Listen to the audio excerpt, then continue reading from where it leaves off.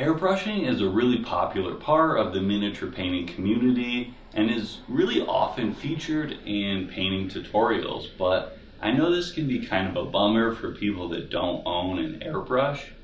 And in a lot of tutorials and videos, mine included, will sometimes say that instead of airbrushing for a particular step, you can always use dry brushing instead.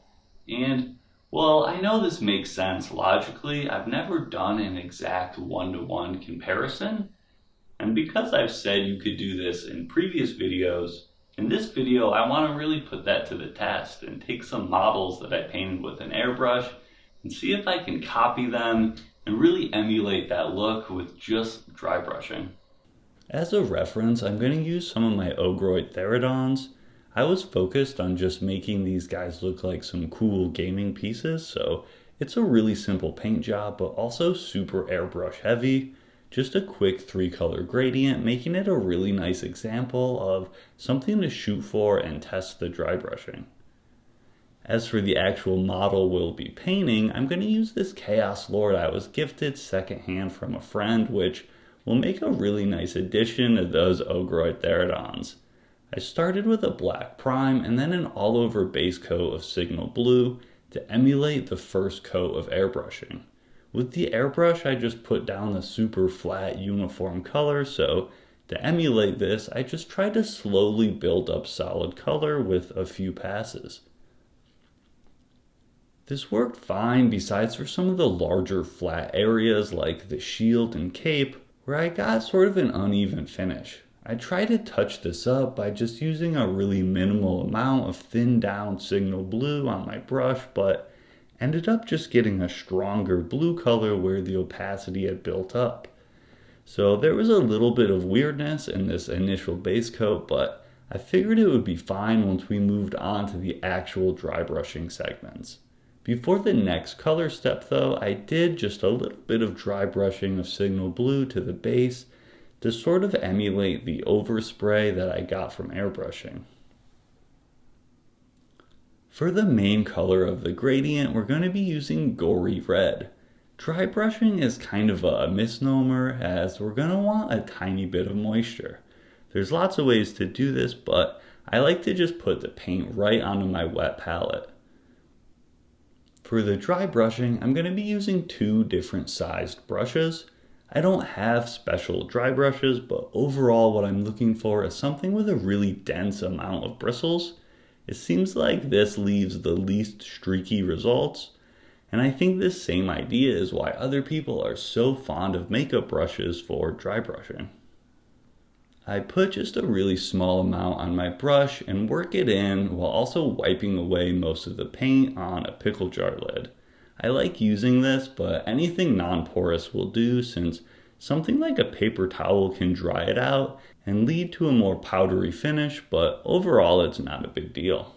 For the actual dry brushing, I'm going to be trying to build up solid coverage of red at the top of the model and fade it into signal blue as it gets lower, but also keeping those signal blue shadows throughout. To do this, I'm mostly just going to be directionally dragging my dry brush downwards, leaving the underside of things signal blue. On the reference, the airbrushing gives a pretty solid coverage of red, and since dry brushing usually only catches raised areas, I'm going to be stippling my brush to build up a more solid coat, making it denser on the top of the model where I want that complete coverage of red, and then fading it out towards the bottom. All this stippling does create some visual texture though with all the little dots, which isn't quite as smooth as airbrushing. I really wanted to build up some solid coverage quickly, and I think it looks pretty cool overall, but if you wanted to avoid the bulk of the texture, I would just go slower and instead try radial dry brushing, just moving your dry brush in small circles where you want there to be solid coverage, and build up opacity that way instead. This will take longer, but I think if you're patient with it, you'll get a really nice result. I tried to really push this layer of red on the cape, and I really like the vividness that it brought, but unfortunately it also built up some physical texture as well, which I think is another symptom of me trying to go quickly Instead, if you make sure your paint is thin and you go slowly, letting it dry before adding additional layers of paint, you should avoid any texture buildup. I also noticed that having my paint hang out on my wet palette a bit seemed to change the finish of it. Maybe this is from not shaking it enough initially, but I noticed some of the final bits of stippling had a way more matte finish and really stuck out compared to the overall satin quality of the rest of the paint. This is really the first time I've experienced something like this, so I thought I'd call it out. I think this was more noticeable due to the very repetitive and consistent approach to this painting step as opposed to other applications like regular layering having some variety to them. And then using a regular brush, I did just a tiny bit of edge highlighting to reinforce some of the details like on the shield and the holes on the cape. This is just something I thought was nice since when I airbrush, I'm not really focused on pausing to do smaller detail work like this. Also, I did a bit of dry brushing on the base again to emulate that overspray and match the reference model. As the final highlight of red, I'm going to be using Mephiston Red, which is really nice and punchy. The previous step was applied all around the model from all angles. Instead, this one's going to be from just one direction, really creating a focal point around the face and top of the shield. For this, I just took my larger brush and worked it in small circles and downward strokes to create a really bright red area, using a tiny bit of stippling to really build up the opacity when needed. I then also took a typical brush to pick out that bit of chain on the shield to really sell the red lighting and create some visual interest, as well as make sure some of those big armor ridges around the helmet were purely Mephiston Red. I'm sure this would have been fine with just dry brushing, but I got kind of caught up into the paint job at this point and wanted to make sure it looked really good. The last section of airbrushing we're going to try to emulate is with electric blue. We're going to pick out the weapon and the mushrooms on the base.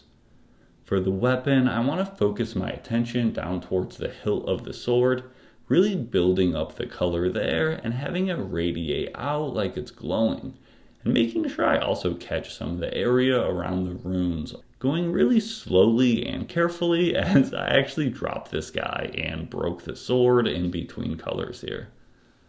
For the mushrooms, I want to really sell the glow, so I'm going to be dry brushing the entire area around them, including the leg armor and the shield. Trying to go slow and build up a nice cast light, but making sure it's not overdone. The nice thing here is that I can always knock off my extra paint onto the mushrooms, which I want to be solid electric blue since they're the source of light. Something a bit unique that I really love doing with this paint scheme is to give just a dusting of polished gold to that bright Mephiston Red. I feel like this gives it a really golden sunbeam sort of look and enjoy using the metallic gold in an unusual way. I softly dry brush an even more minimal area onto the Mephiston Red, catching just a corner of the shield, as well as the helmet and surrounding areas, making them look really radiant. And then I kind of wanted to take this guy a step further, so for something extra that my reference model doesn't have, I'm going to be taking some bright aqua green, watering it down and flowing it into the runes on the sword to really push the glow effect, and then also adding some around the hilt. For the mushrooms, I'm just going to give the tops of them some of this brighter color to reinforce them as the light source. I've never felt like I was awesome at dry brushing, so I kind of went into this expecting the result to sort of just be good enough, but I'm actually really stoked with how this came out. Obviously, airbrushing is way faster at painting a group or decent sized unit of models, but for something small or single models, this might be my new go-to. I think slowing down a bit and having slightly more control with the dry brushing let me make some cool choices, and I really enjoyed the process, which surprised me.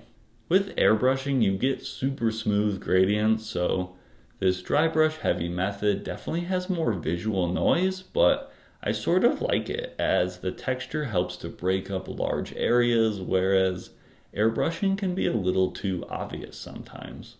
Either way, I think this shows while not exactly one-to-one, dry brushing can produce some great results and makes me feel really confident that breaking out the airbrush isn't always necessary, and how using primarily dry brushing we can still produce a super cool looking model.